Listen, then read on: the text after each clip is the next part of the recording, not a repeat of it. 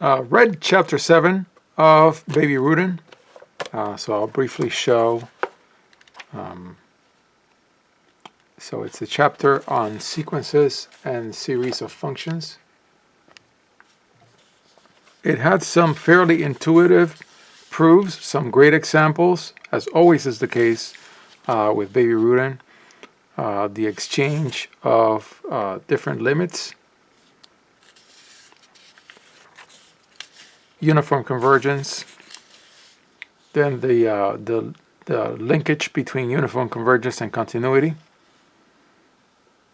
So, and then the linkage between uniform convergence and integration, and then differentiation.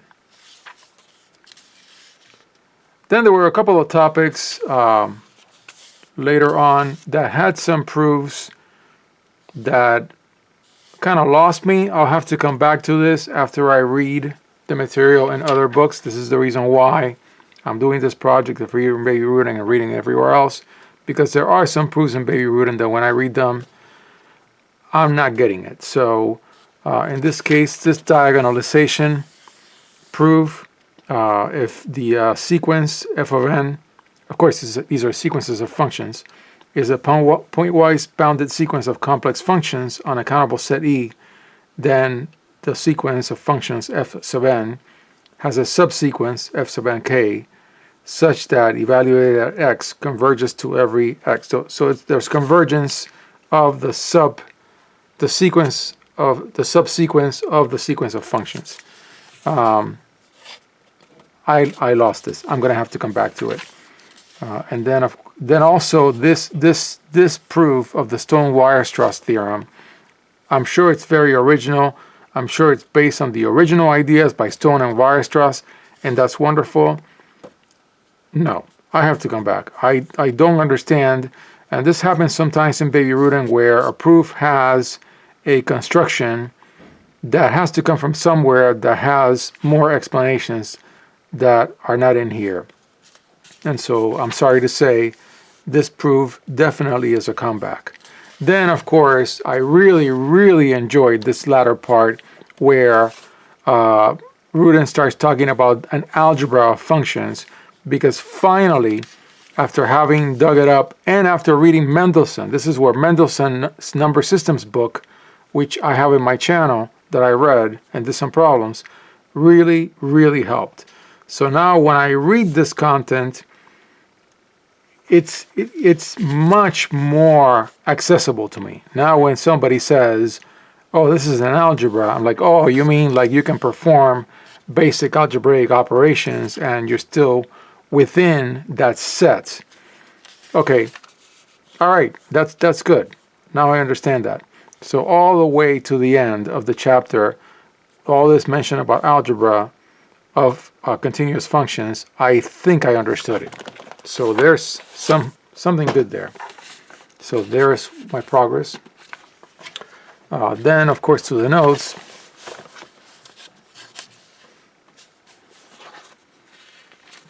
Just the usual, just going over the same thing that I just showed you in the book, now with more of my occasional diagrams and occasional lookups in somewhere else or lookups in ChatGPT. So yeah, the beginning, the whole continuity part that had to do with sequences of functions seemed to me to be straightforward, just to read.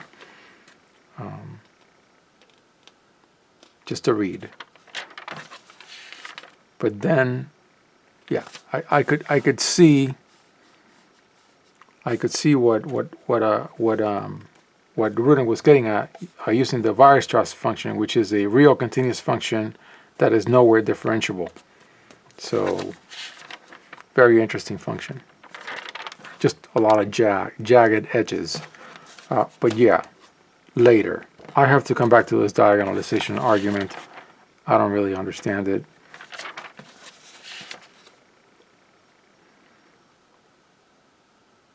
Well, I understood some of it, but not... it just wasn't super obvious to me. And even though I could work through the mechanics of the proof of the Stone-Weierstrass theorem, I could do the integrals and see what the relationships were. I could roughly see what Rudin was getting at.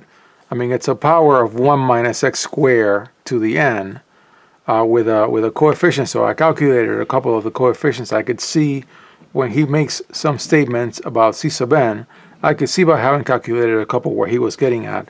But the construction seems to magically appear, and that really threw me for a curve. Yeah, that definitely threw me for a curve. Yeah. Then, of course, once I got to the algebra, that was a lot more straightforward.